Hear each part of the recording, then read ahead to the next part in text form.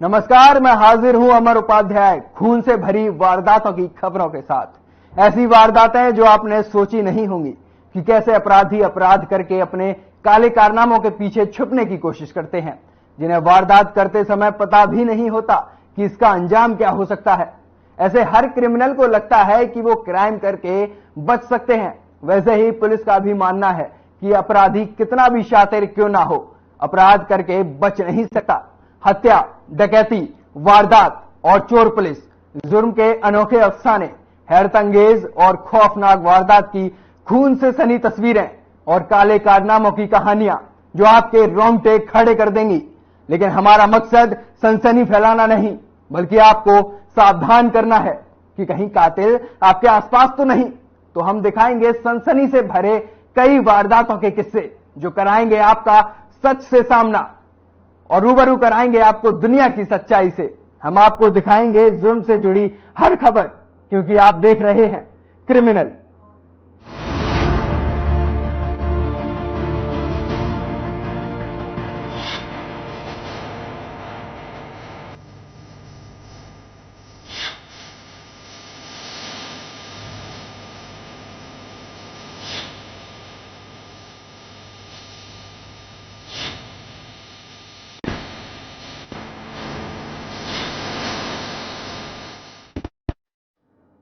ये चौंका देने वाली खबर हिसार से है, जहां बेखौफ बदमाशों ने एक युवक की गोली मारकर हत्या कर दी। आपको बता दें कि आरोपियों की गिरफ्तारी मांग को लेकर परिजनों ने रोड जाम कर दिया। इस पूरे मामले में पुलिस क्या जांच कर रही है, आइए आपको दिखाते हैं इस रिपोर्ट में।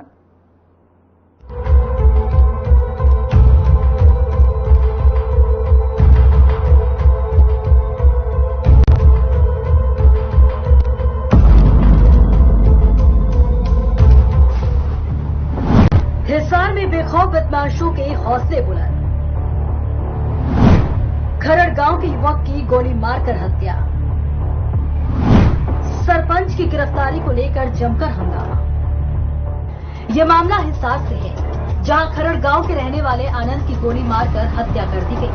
आपको बता दें कि 15 अगस्त को खरड़ अलीपुर गांव में बदमाशों ने करीब 27 वर्षीय युवक की गोली मारकर हत्या कर दी थी। इस मामले में मृतक के परिजनों ने 17 अगस्त को पोस्टमार्टम नहीं करवाया। परिजनों ने गांव के मौजूदा सरपंच रमेश सैनी को गिरफ्तार करने की मांग उठाई है। वहीं परिजनों ने कहा कि जब तक मौजूदा सरपंच को गिरफ्तार नहीं किया जाता, तब तक डेड बॉडी को नहीं उठाएंगे। बीते दिन समझाने के लिए मौके पर सदर एसएचओ सुरेंद्र कुमार पहुंचे, लेकिन ग्रामीण नहीं माने। इसी मामले में किसान नेता कुलदीप खरड़ ने क्या कहा, आइए आपको सुनवाते हैं। 15 अगस्त को शाम को हमारा गांव के कुछ लड़के स्कूल में ग्राउंड में प्रैक्टिस करके घर की तरफ आ रहे थे। वो अपनी गाड़ी में बैठे थे तो वहां आके तुरंत गोलियां चल पड़ी। चारों लड़कियां गोली लगी, जिनमें एक की तो मौका पर डेथ होगी और 3 इंजर्ड हो गए। जिन वो इंजर्ड हुए उनने बताया भाई वो जो गोली मारने वाले थे ये बोल रहे थे भाई फिर सरपंच का घर घुस हो गए। इसमें अब पूरा गांव कह रहा है भाई इसमें सरपंच इन्वॉल्व है और प्रशासन से यही मांग करते हैं सरपंच के खिलाफ मुकदमा दर्ज करके उसको अंदर डाला जाए और जो गोली मार के गए उनका इनकाउंटर कराया जाए। हम तो प्रशासन से यही मांग करा। तो प्रशासन से कई बार बात हुई, कल सिविल हॉस्पिटल में थे, प्रशासन कोई कार्रवाई कौन करने लग रहा, पता नहीं किसका दबाव में है। और जब तक उनके ऊपर खिलाफ कानूनी कार्रवाई नहीं होगी सरपंच का, तब तक हम यहाँ से उठेंगे नहीं, यहीं बैठे। तो मृतक का नाम आनंद है, एक जिनका गोली लग रही है, एक का नुप्पी है, एक का अंकित है और एक का राहुल है।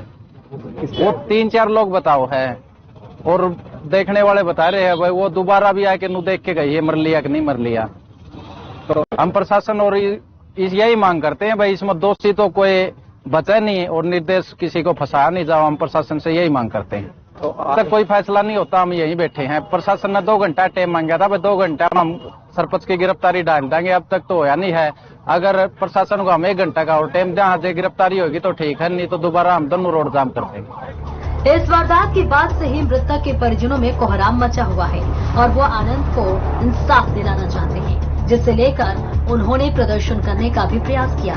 इस कांड के बाद से पुलिस तेजी के साथ जांच में जुट गई है और जल्द ही खुलासा करने की बात कह रही है। Bureau report.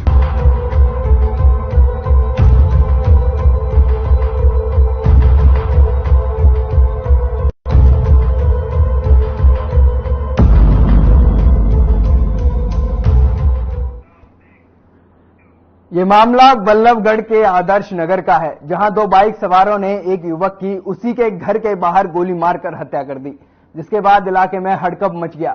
इस मामले को लेकर क्या तहकीकात चल रही है, देखिए हमारी इस रिपोर्ट में।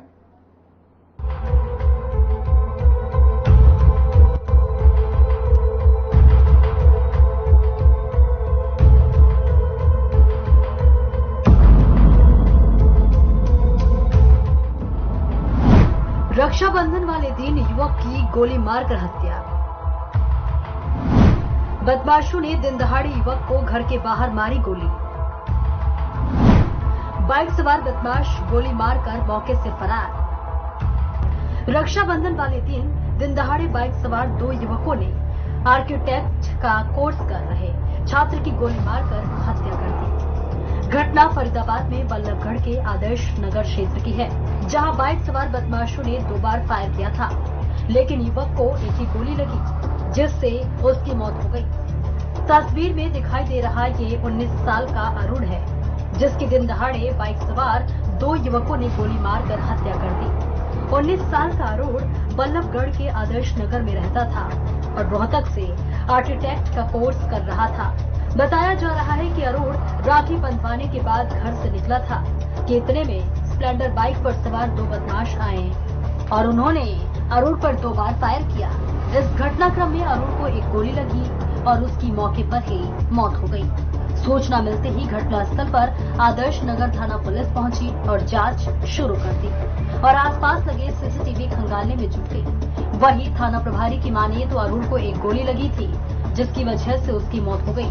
उसे एक गोली और भी लगी थी, लेकिन वो मिस कर गई। अमित सर, बल्लभगढ़ के आदर्श नगर पहुंचे हैं, क्या जानकारी मिली थी, कैसे जानकारी मिली थी? सूचना मिली थी, एक लड़का है 18-19 साल का, अरुण नाम का। अरुण? हाँ जी।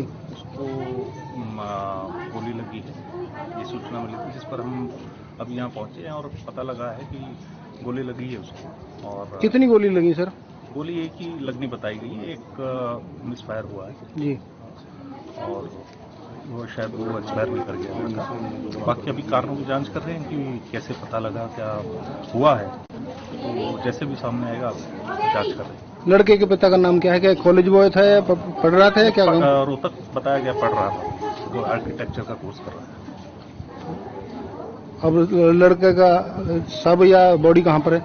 अभी जेनिथ हॉस्पिटल।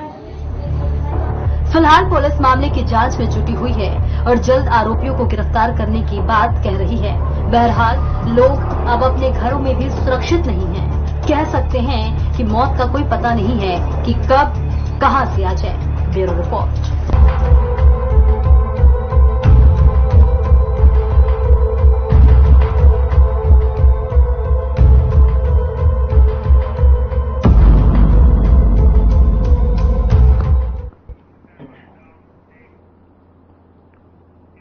ये खबर फरीदाबाद से है, जहां बादशाह खान सिविल अस्पताल में एक डिलीवरी के दौरान नवजात बच्ची की मौत हो गई। इस घटना के बाद मृतक बच्ची के परिजनों ने डॉक्टर और अस्पताल स्टाफ पर डिलीवरी कराने में लापरवाही बरतने के गंभीर आरोप लगाए हैं। इस पूरे मामले में पुलिस क्या जांच कर रही है, आपको दिखाते हैं इस रिपोर्ट में।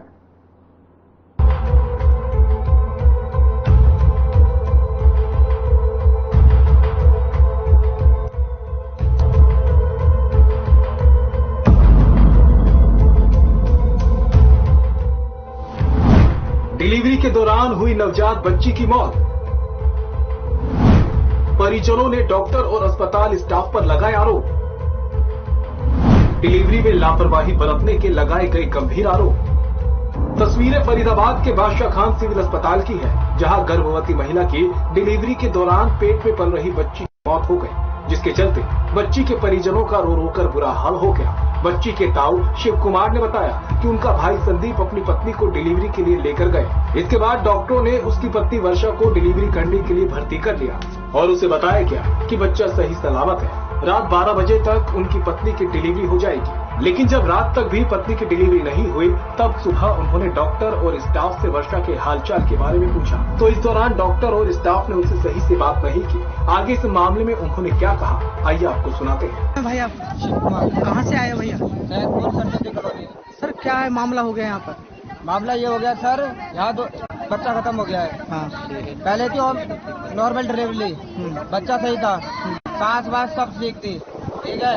उसके बाद ऑपरेशन करवाने, अब भेजा इन्होंने ऑपरेशन करवाने 1-1:30 बजे। ऑपरेशन करवाने के बाद बच्चा खत्म। कब लाए थे? कब लाए थे? 2 दिन हो गए यहाँ पे आए हुए। 2 दिन से फिर यहाँ क्या बता रहे थे लोग? बोल रहे थे नॉर्मल डिलीवरी, रात को 12 बजे का टाइम दिया था, या 12-1 बजे तक हो जाएगा। जो रात गई वो रात गई, ठीक है।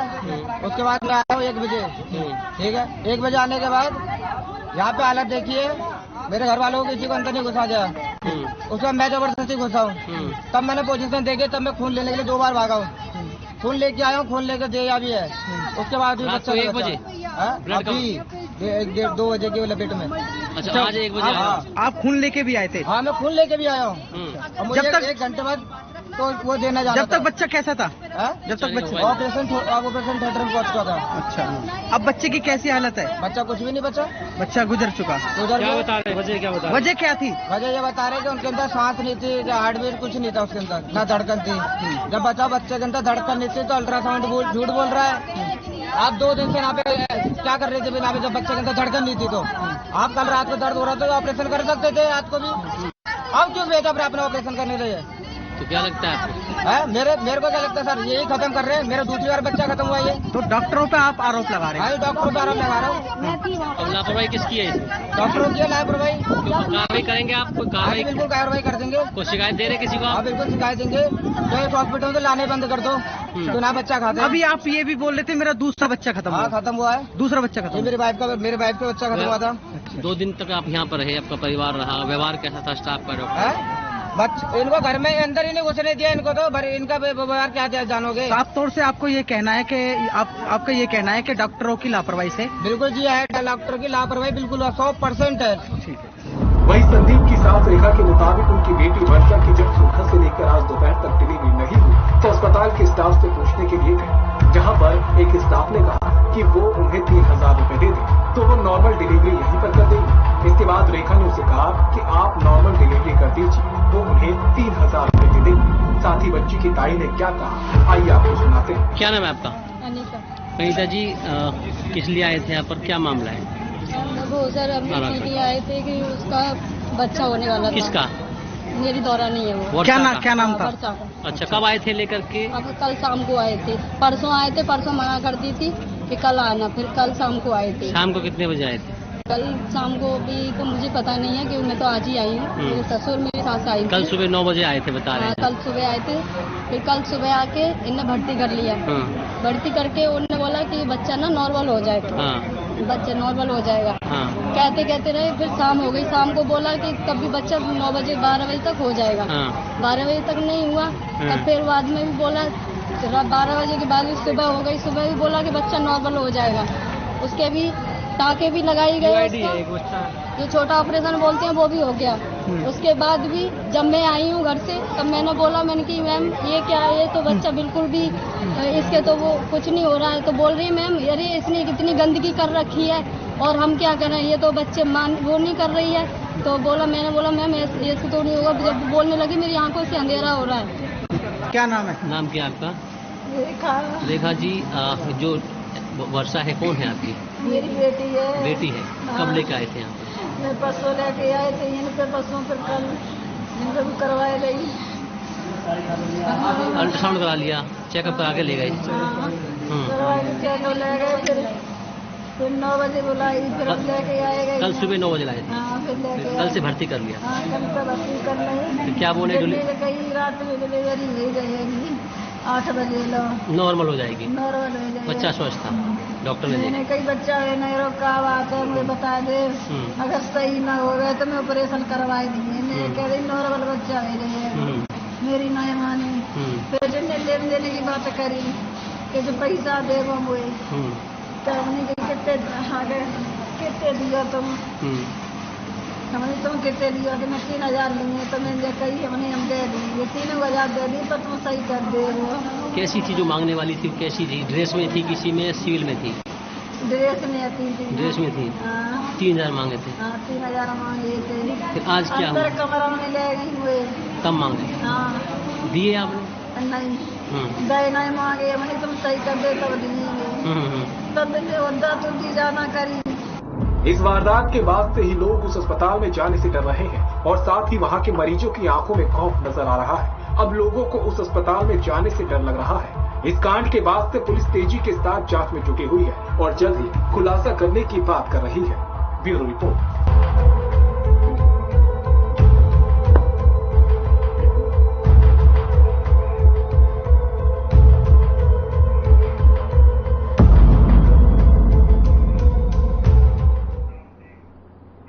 नशे के काले कारोबार का खेल हर ओर पैर पसार रहा है और इस नशे के दलदल में युवा फंसता जा रहा है, जो एक समाज के तौर पर हमारे लिए कतई भी सही नहीं है। यही कारण है कि प्रदेश की पुलिस भी नशे के खिलाफ लगातार ताबड़तोड़ एक्शन में है। बता दें कि कुरुक्षेत्र में पुलिस ने सजगता दिखाते हुए नशीले पदार्थों की तस्करी करने वाले एक आरोपी को दबोचने में सफलता हासिल की है। पुलिस ने आरोपी के पास से नशे से जुड़ा सामान भी बरामद किया है। क्या है पूरा मामला, देखिए हमारी इस रिपोर्ट में।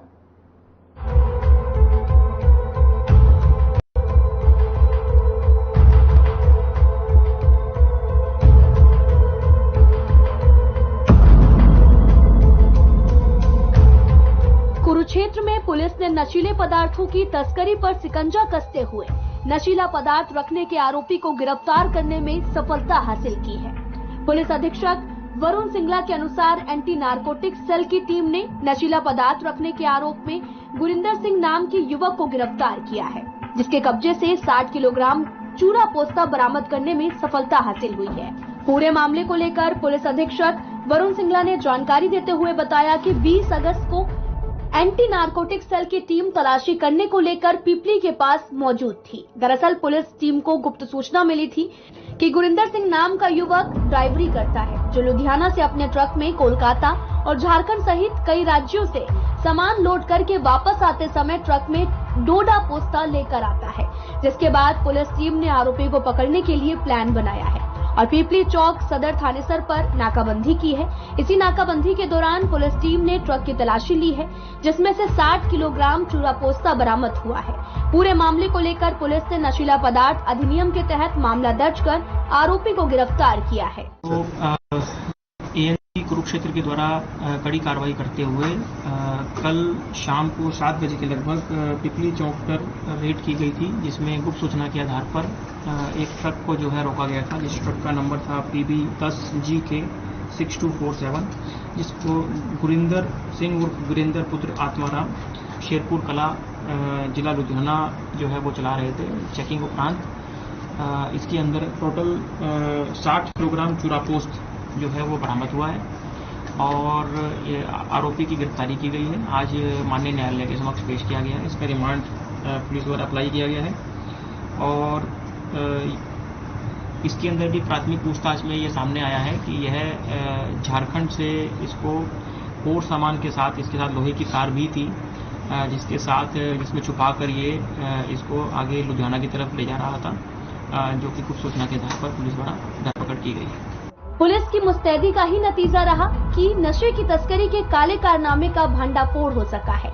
लेकिन नशे के इस खेल के खिलाफ सिर्फ 1-2 नहीं बल्कि बड़े स्तर पर एक्शन लेने की जरूरत है, क्योंकि चाहे प्रदेश की बात की जाए या फिर देश की नशा तेजी से नौजवानों के जीवन को खोखला कर रहा है। Bureau report.